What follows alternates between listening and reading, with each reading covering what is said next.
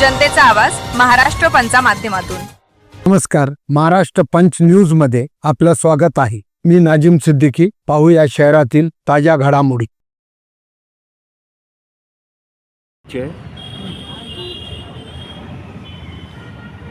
मी अविनाश नामदेवराव मोरे, हे आहेत कारभारी कांबळे। हा जो उपोषण आहे तर हा कारखाना प्रदूषणार्थी त्या परिसरामध्ये जन्मलेले मूल बाळ व इतर मुलं यांच्यावर फार याच्या आरोग्यावर याचा परिणाम आहे। पण हा कारखाना किती दिवसापासून चालू आहे? हा कारखाना मला वाटतं जवळपास 15 वर्षापासून आहे। 15 वर्षापासून कारखाना चालू आहे, पण त्यावेळेस फक्त क्रेशर होतं आणि आजच्या घडीला 24 तास डांबर मशीन, डांबर प्लांट, क्रेशर आणि सिमेंट प्लांट, हे 3 मोठमोठे प्लांट त्या ठिकाणी उभारले गेल्यामुळे परिसरातील नागरिकांचं जीवन मरणाचा प्रश्न निर्माण झालेला आहे। कारण की त्या प्लांटमधून एवढ्या मोठ्या प्रमाणामध्ये प्रदूषित हवा झालेली आहे। धुळीनं माखलेले घरं तुम्हाला दिसते, त्याचा थेट परिणाम आबाल, वृद्ध, नागरिक तसेच लहान मुलावर सुद्धा त्याचा खूप मोठा परिणाम होत आहे। आणि पर्यायाने त्यांना अनेक श्वसनाचे, डोळ्याचे रोग जळलेले आहेत। या कारखान्याला प्रदूषण कार्यालय संभाजीनगर, आपल्या या 7 जिल्ह्याची परवानगी तिथून असते, तर तिथून यांनी परवानगी काढलेली आहे का? परवानगीशिवाय तर कारखाना चालणं शक्य नाही।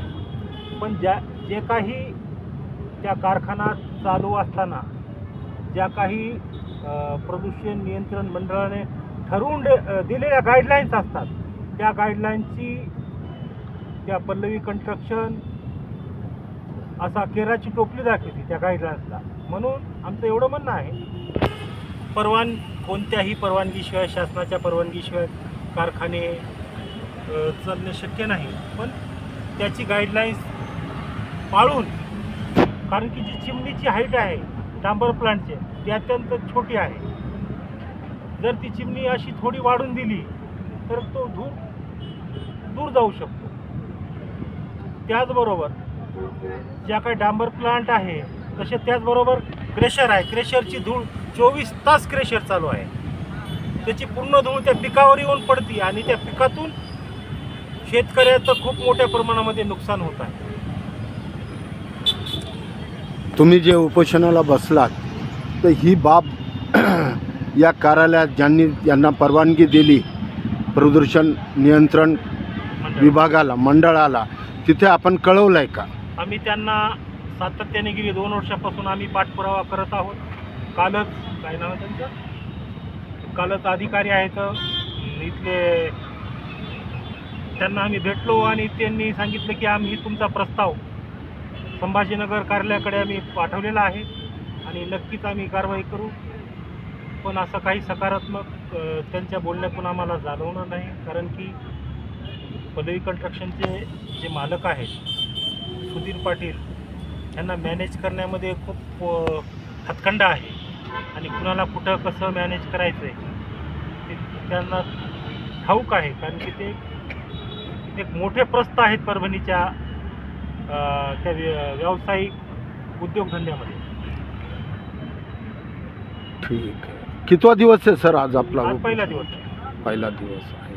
मान्य कलेक्टर साहेबाला आपण हे निवेदन दिले का? दिलेलं आहे। तर त्यांच्याकडनं काही तुम्हाला प्रतिसाद?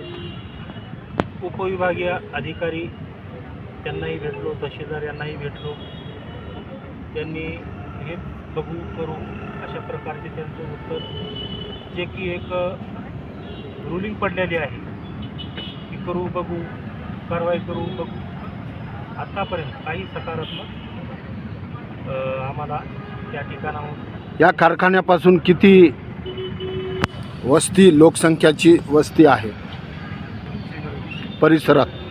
त्या ठिकाणी कमीत कमी 20-25 घरं आहेत. आजूबाजूला नर्सरी आहे, त्याचबरोबर